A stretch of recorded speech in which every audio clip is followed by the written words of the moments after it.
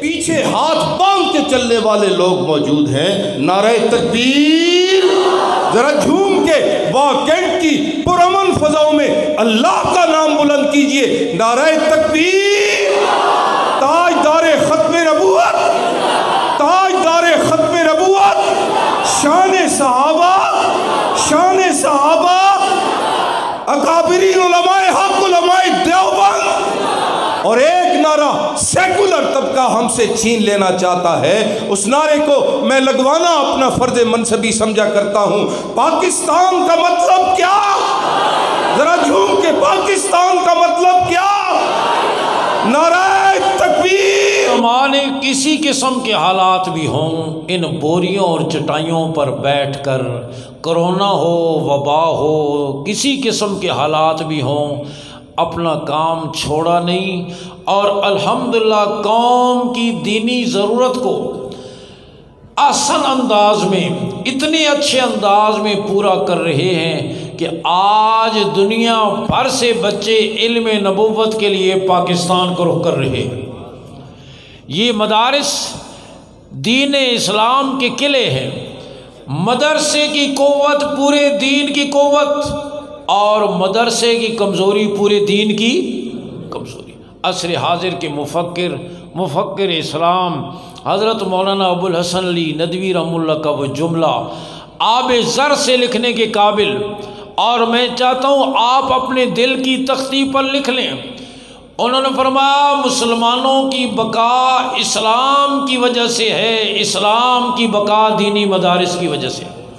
آپ کہیں میرے ساتھ، مسلمانوں کی بقا، بولو بولو، مسلمانوں کی بقا اسلام کی بقا دینی، پھر کہو مسلمانوں کی بقا اسلام کی وجہ سے ہے، اور اسلام کی بقا دینی مدارس رہیں گے تو اسلام رہے گا، اسلام رہے گا تو مسلمان رہیں گے. گویا یہ دینی مدارس معاشرے پر بوجھ نہیں، بلکہ امت مسلمہ کی، انسانیت کی، اس کائنات کی بقا ان دینی مدارس کے ساتھ وابستہ ہے. حدیث شریف میں آتا ہے امام الانبیاء صلی اللہ علیہ وسلم نے فرمایا لا تقوم الساعة حتى يقال اللہ اللہ. جب تک روئے زمین پر اللہ اللہ کرنے والے ہوں گے ساری کائنات چلتی رہے گی. سورج چمکے گا، چاند طلوع ہوگا، ستارے چمکیں گے، ہوائیں چلیں گی، موسم بدلیں گے، چشمے پھوٹیں گے، دریا بہیں گے، پھول کھلیں گے، پھل پکیں گے، پوری کائنات چلتی رہے گی جب اللہ اللہ کرنے والے رہیں گے. جب اللہ اللہ کرنے والے نہیں رہیں گے رب کہے گا جن کے لیے بنائی گئی تھی وہی ختم ہو گئے، اب اس کارخانے کو لپیٹ دیا جائے. گویا مدارس رہیں گے، قال اللہ اور قال رسول کی صدائیں رہیں گی، اللہ اللہ کرنے والے ہوں گے، یہ سجدے کرنے والے، توحید و سنت کی اشاعت کرنے والے، فتنوں کی سرکوبی کرنے والے، دین اسلام کا روشن چہرہ امت کے سامنے پیش کرنے والے رہیں گے. پوری کائنات چلتی رہے گی انشاءاللہ. اور آج یہ دینی مدارس یہ فریضہ سر انجام دے رہے ہیں. اور یہ بھی عرض کرتا چلا جاؤں کہ یہ دینی مدارس یہ دہشت گردی کے مراکز نہیں، امن اور سلامتی کے مراکز ہیں. ابھی مولانا فرما رہے تھے ایک صحیح رپورٹیں، اور رپورٹیں لکھنے والوں کو میں کہوں گا تمہاری رپورٹیں بھی لکھی جا رہی ہیں، تمہارے اوپر بھی کچھ لکھنے والے ہیں، اور وہ پھر ایسی رپورٹ تم تو ادھر ادھر کر دیتے ہو نا، اور مکھی بھی مکھیاں مارتے ہو. 10 ایجنسیوں والے ہیں، ایک آتا ہے وہ رپورٹ غلط سلط جیسی، دوسری بھی اسی بھی نقل مار لیتے ہیں. ایسی رپورٹ تمہاری تیار ہو رہی ہے جس میں تغیر و تبدل نہیں ہو سکتا، اور وہ رب کے سامنے پیش ہوگی. اور یہ دینی مدارس امن اور سلامتی کے مراکز ہیں، دہشت گردی کے مراکز نہیں. ہم نے بارہا کہا، ارباب حکومت سے مذاکرات کی میز پر کہا ہمارے دروازے مدارس کے 24 گھنٹے کھلے ہوئے ہیں. کھلے ہوئے کیا ہیں؟ بعض مدرسوں کے دروازے ہیں ہی نہیں، آپ دن کو آئیں، آپ رات کو آئیں، ہم نے یہاں کچھ چھپا کے رکھا ہوا نہیں۔ آپ کو یہاں بخاری ملے گی، ترمذی ملے گی، مسلم ملے گی، سیاستہ ملے گی، ہدایہ ملے گی، قرآن ملے گا، جائے نماز ملے گی، تسبیح ملے گی، سجدہ کرنے والے ملیں گے۔ اور یہاں یہ معصوم بچے صبح سحری سے لے کر رات گئے تک اپنی معصوم اور توتلی زبانوں سے اللہ کا کلام بھی پڑھتے ہیں، وطن اور اہل وطن کے لیے دعائیں بھی کرتے ہیں۔ آپ غور کریں، میں نے چیلنج کر کے کہا 2000 امتحانی مراکز میں، کراچی سے خیبر، چمن سے گلگت تک 2000 امتحانی مراکز میں 4.5 لاکھ طلباء اور طالبات امتحان دیتے ہیں۔ کہیں پولیس کا مورچہ نہیں قائم کرنا پڑتا۔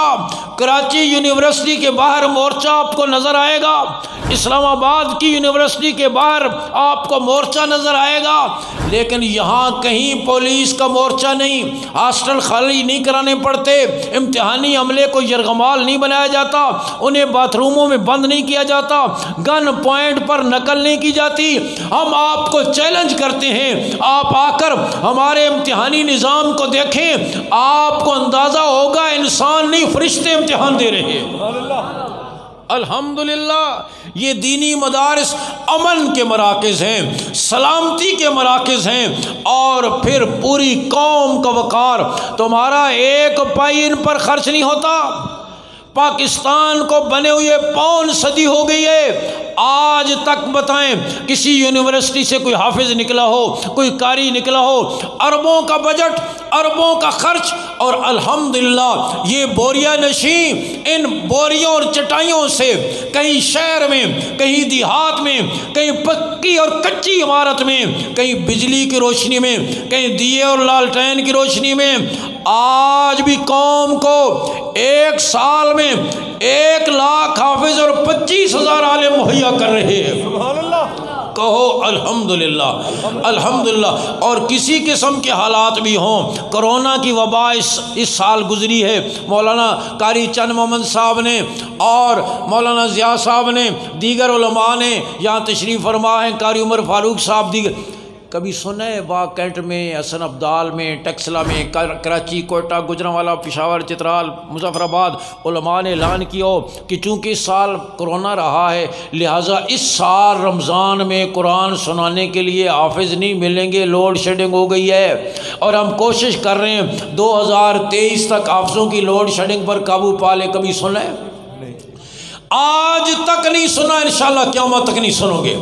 یہ علماء شب و روز اپنے ارمانوں کا خون کر کے، اپنے خواہشات کو سینے میں دفن کر کے، 84 سے کم تنخواہ پہ گزارا کر کے، اور الحمدللہ قوم کا رشتہ دین سے جوڑ رہے۔ اتنی کم تنخواہ کہ وہ کسی بادشاہ نے اعلان کیا نا کہ جو میرے ایک ہاتھی کو رلا دے میں اس کو انعام دوں گا۔ بڑے بڑے لوگ آئے، دردناک قصے سنائے، ہاتھی ٹس سے مس نہیں ہوا۔ کوئی مولوی صاحب دور کہیں ہری پور کے آگے کسی گاؤں سے آئے اور آ کر جو ہے وہ ہاتھی کے کان میں کوئی مختصر سی بات کی، ہاتھی کی آنکھیں برسات کی جھڑی کی طرح برسنے لگ گئیں، ٹپ ٹپ اس کی آنکھوں سے آنسو گرنے لگ گئے۔ انعام تو بادشاہ نے دیا، لیکن مولوی صاحب سے پوچھا آپ نے کیا دردناک کہانی سنائی تھی کہ ہاتھی کا دل بھی بسیج گیا؟ کہنے لگے میں نے کان میں اس کو اپنی تنخواہ بتائی تھی۔ تو تنخواہ سن کر ہاتھی کا دل بھی بسیج گیا، شودا کس طرح گزارا کردہ سی؟ تھوڑا دل تو پھر بھی نہیں بسیجدا، اب دل کے بسیجدا۔ اور استاد جی جیکٹ کتوں ماری نے؟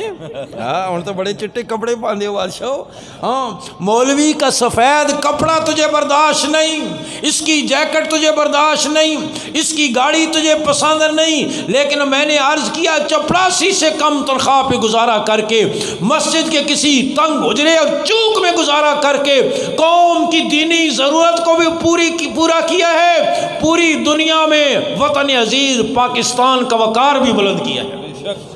الحمدللہ نیت کرو ان مدارس سے اور علماء سے تعلق مضبوط کریں گے انشاءاللہ، پہلے سے بڑھ کر تعلق جوڑیں گے، اور اپنا اور اپنی اولادوں کا تعلق قرآن کے ساتھ جوڑیں گے، گھروں کے ماحول کو انشاءاللہ قرآن کا ماحول بنائیں گے، اور اپنے گھروں کو حضور صلی اللہ علیہ وسلم کی معاشرت کا دیکھو آپ صلی اللہ علیہ وسلم عزت والے، آپ کی لائی ہوئی زندگی بھی عزت والی ہے یا نہیں؟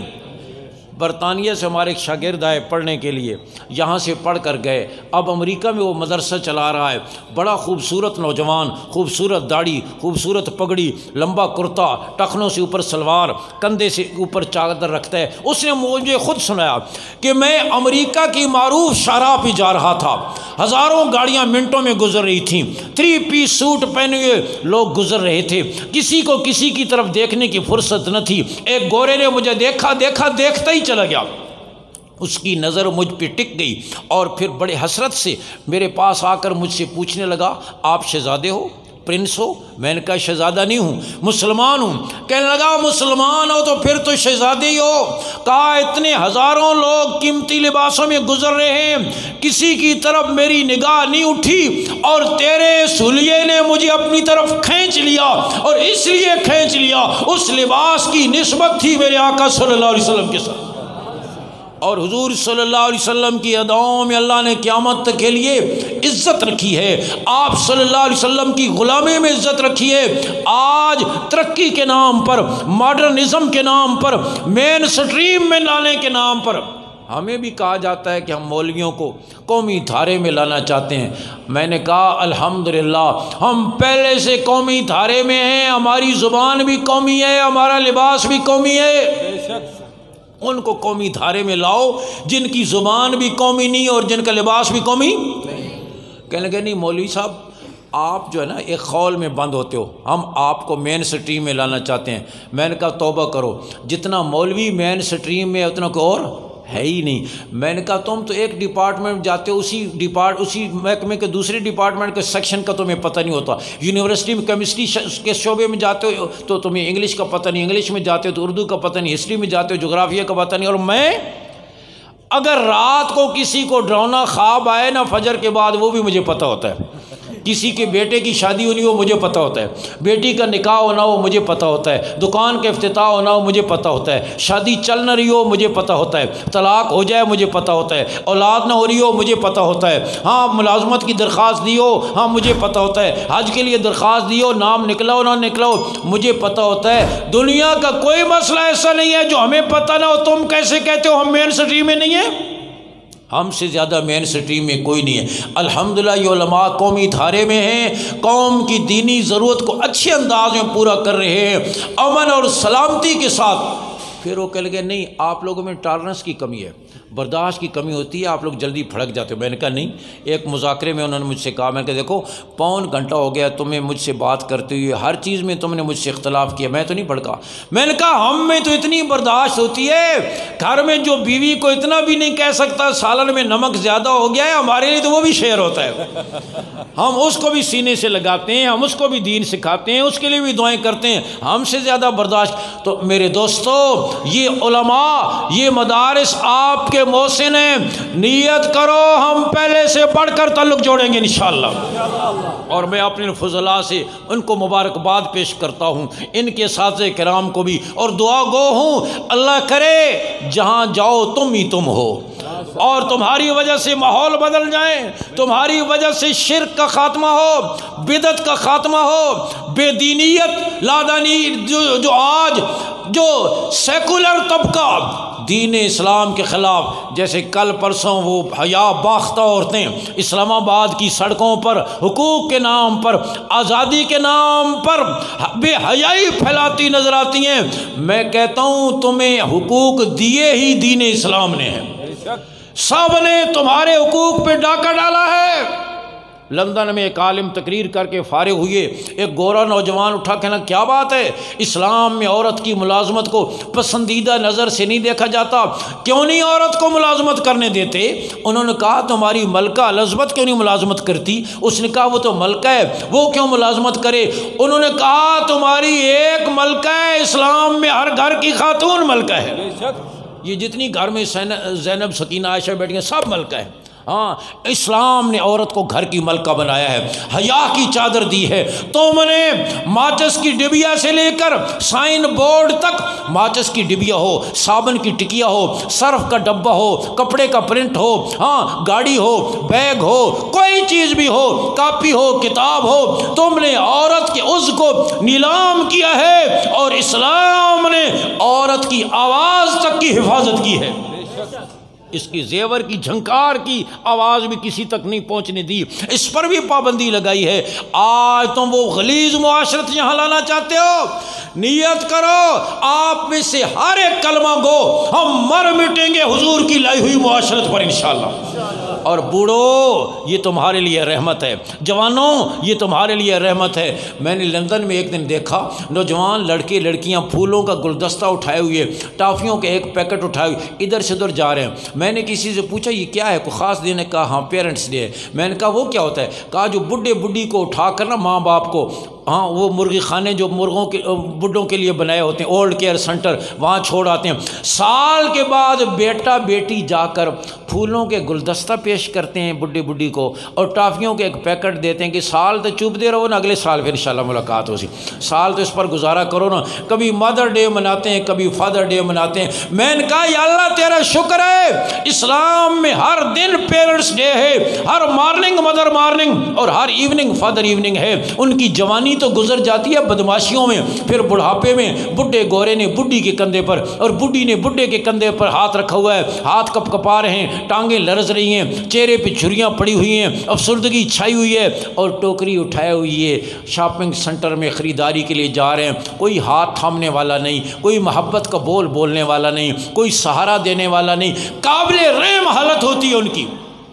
ایک آدمی مجھ سے پوچھنے لگا پاکستان میں بھی بوڑھوں کا یہی حال ہوتا ہے؟ میں نے کہا توبہ کر، اللہ تجھے پاکستان کے بوڑھے سے بچائے۔ پاکستان میں تو جتنا بوڑھا ہوتا جاتا ہے اتنا ہٹلر بنتا چلا جاتا ہے، اس کے اتنے اختیارات ہوتے ہیں کچھ نہ پوچھو، توبہ توبہ توبہ۔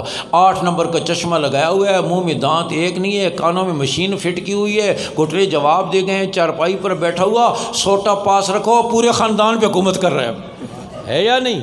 ذرا گڑ کہتے ہے میں والے جینا چپ کرو بابا جی نے انہاں دی دعاواں لو، کہتے بزرگ کچھ بھی نہ کرن نا، ہاں چارپائی تے بیٹھے بڑی برکت ہے، کہتے ہیں یا نہیں کہتے؟ وہاں کہتے ہیں یہ بڈھا نیرا جانا سی میں پرے پھینکو۔ نوجوان سے پوچھو دکان کھولو گے، کہتے بزرگاں دی اجازت نہیں، فلاں جگہ سے رشتہ طے کرو گے کہ بزرگ نہیں مان رہے۔ کوئی رشتہ اس بڈھے کی مرضی کے بغیر طے نہیں ہوتا، کوئی کاروبار اس کی NOC کے بغیر شروع نہیں ہوتا۔ بتاؤ اس بوڑھے کو یہ عزت کس نے دی ہے؟ دین اسلام نے دی ہے۔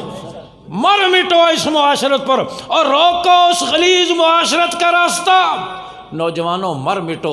یورپ کا نوجوان رات کو پب سے نکلتا ہے، شراب خانے سے، شراب کے نشے میں دھت کتے کی طرح کسی پارک میں، کسی پل کے نیچے، کسی فٹ پاتھ پر پڑا ہوتا ہے۔ اس کو پتہ نہیں والدین کہاں ہیں، والدین کو پتہ نہیں بیٹا کہاں ہے۔ یہاں بیٹا رات کو تو 2 بجے تک نہ آئے، تیری ماں تیرا راہ تکتی رہے گی۔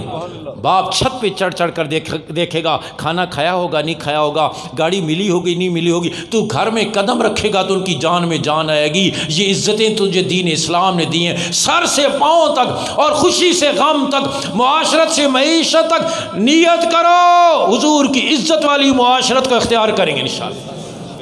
اور روشن خیالی روشنیاں تو حضور لے کر تشریف لائے، وہاں تو سارے اندھیرے ہی اندھیرے ہیں۔ میں ایک مثال دوں، حضور کی معاشرت کو چھوڑ کر یہود و نصارہ کی غلیظ معاشرت روشنی نہیں ہے، سراسر حیوانیت ہے۔ ادھر مردان کے علاقے میں ہمارے ایک دوست ہیں، فوج میں میجر ہیں، وہ کہتے ہیں میں نے اپنے گاؤں میں اپنی یونٹ کے افسروں کی دعوت کی، کرنل صاحب بھی آئے اور لوگ بھی آئے، میں نے بیٹھ کر کھانے کا انتظام کیا، انہوں نے بیٹھ کر کھانا مناسب نہیں سمجھا، کھڑے ہو کر کھانا شروع کر دیا۔ میرے والد صاحب پرانی طرز کے آدمی تھے، وہ آئے، انہوں نے پشتو میں میرے کان میں کوئی بات کی اور چلے گئے۔ کرنل صاحب دیکھ رہے تھے، کہنے لگے بابے نے تجھے پشتو میں کیا کہا ہے؟ میں نے کہا کچھ نہیں، کوئی خاص بات نہیں ہے۔ کہا نہیں بتاؤ کیا کہا ہے؟ میں نے کوئی خاص بات ہے۔ کہنے لگا بتاؤ بابے نے کوئی بڑے پتے کی بات کی ہے، کیا کہا ہے؟ میں نے کہا بتاؤں گا تو آپ ناراض ہوں گے، محسوس کریں گے۔ کہا نہیں ناراض ہوتا، بتاؤ کیا کہا۔ میں نے کہا بابے نے کہا ہے ہم ذمہ دار لوگ ہیں، صبح سے لے کر دوپہر تک کھیت میں کام کرتے ہیں، باڑ لگاتے ہیں، بیج ڈالتے ہیں، گوڈی کرتے ہیں، کیاریاں بناتے ہیں، پانی لگاتے ہیں، صبح سے دوپہر تک ہم کھیت میں کام کرتے رہتے ہیں۔ دوپہر کو پھر ہمارا کھانا آ جاتا ہے، پھر ہم بیٹھ کر کھانا کھاتے ہیں، اور ہمارے چوپائے اور جانور بیٹھے ہوتے ہیں، جو ہی چارہ آتا ہے ایک دم کھڑے ہو جاتے ہیں۔ ایک دم روشن خیال ہو جاتے ہیں۔ آپ تجربہ کر کے دیکھو، گائے بھینس بیٹھی ہوگی، جو ہی چارہ ڈالے ایک دم کھڑے، تو حیوانیت ہے یا نہیں؟ یہ تو میں نے ذرا سی جھلک عرض کی، ورنہ میں شروع کروں تو آپ کو اندازہ ہوگا کہ ایک ایک چیز حیوانیت ہے۔ عزتیں، عظمتیں، سکون، تہذیب، بلندیاں حضور کی غلامی میں ہے۔ نیت کرو انشاءاللہ حضور کی غلامی کو اختیار کریں گے، ان مدارس سے تعلق رکھیں گے۔ اور میں اپنے فضلاء سے کہوں گا، اس پاکیزہ معاشرت کو، آپ کے پاس ساری انسانیت کے دردوں کی دوا موجود ہے، ان کے زخموں کا مرہم آپ کے پاس ہے، ان کی مشکلات کا علاج آپ کے پاس ہے۔ آپ اس جذبے کے ساتھ میدان عمل میں اتریں۔ اور امام بخاری رحمہ اللہ نے جو ربیعۃ الرائے کا قول نقل کیا ہے کہ اہل علم اپنے آپ کو ضائع نہ کریں، جیسے ابھی حضرت فرما رہے تھے، اپنے آپ کو ضائع کرنے کے کئی مطلب ہیں۔ ایک تو یہ کہ چمک دمک سے متاثر نہ ہوں، حکمرانوں کی کاسل ایسی نہ کریں، اپنے اس دین کو دنیا کے لیے استعمال نہ کریں، بلکہ اس علم کو دین کی سربلندی کے لیے استعمال کریں۔ اور پھر جیسے حضرت بھی ابھی فرما رہے تھے، درس و تدریس کو اپنائیں۔ ہمارے اکابر جو بھی پڑھانے کے لیے انہیں مل گیا، شیخ العرب والعجم سید حسین مدنی رحمہ اللہ گرفتار ہوئے، مالٹا کی جیل میں پہنچے، علامہ عثمانی ان کی ملاقات کے لیے گئے۔ علامہ عثمانی نے پوچھا، حضرت جیل میں کیا مصروفیت ہے؟ حضرت مدنی فرمانے لگے، قیدیوں کو نورانی قاعدہ پڑھاتا ہوں، تعلیم الاسلام پڑھاتا ہوں۔ علامہ عثمانی ازراہ مذاق کہنے لگے، حضرت یہ معکوس اور الٹ ترقی مبارک ہو، بخاری شریف سے تعلیم الاسلام پر آ گئے۔ حضرت مدنی فرمان لگے، جو روحانی فائدہ مجھے بخاری پڑھانے پر ہو رہا تھا وہی تعلیم الاسلام پڑھانے پر ہو رہا ہے، اس لیے کہ میں وہ بھی اللہ کے لیے پڑھا رہا تھا، یہ بھی اللہ کے لیے پڑھا رہا ہوں۔ تو عزیز طلبہ، جو کہ اور ہمارے اکابر نے آخری سانس تک، مولانا ادریس رحمہ اللہ بنوری ٹاؤن میں بڑھاپے میں مدرسے والوں نے جواب دے دیا، مسجد میں آ کر روئے، یا اللہ میرا خیال تو یہ تھا موت تک میں یہ خدمت کرتا رہوں گا، ادارے والوں نے تو جواب دے دیا، انہوں نے دوبارہ تدریس پر معمور کر دی۔ آخری دن جس دن حضرت کا انتقال ہوا، جلالین کے سبق میں اس آیت پر سبق ختم فرمایا، ان الابرار لفی نعیم، ان الابرار لفی نعیم۔ 11:15 بجے سبق ختم کر کے کمرے میں گئے اور 12:15 بجے انتقال ہو گیا۔ زندگی کی آخری سانس تک اس کو اپنا اوڑھنا بچھونا بنایا۔ عزیز طلبہ، درس و تدریس، اس دین کی سربلندی اور اپنے اکابر کے پر اعتماد کرتے ہوئے، اپنی اس مادر علمی، اپنے اساتذہ سے رابطہ رکھتے ہوئے اور میدان عمل میں اتریں۔ میری دعا ہے اللہ رب العزت آپ کی وجہ سے ماحول کو بدل دے، معاشرہ بدل جائے، خاندان بدل جائیں، نسلیں بدل جائیں، آپ کو اللہ والدین اپنے اساتذہ کے لیے آنکھوں کی ٹھنڈک بنائے۔ وآخر الدعوانا ان الحمد للہ رب العالمین۔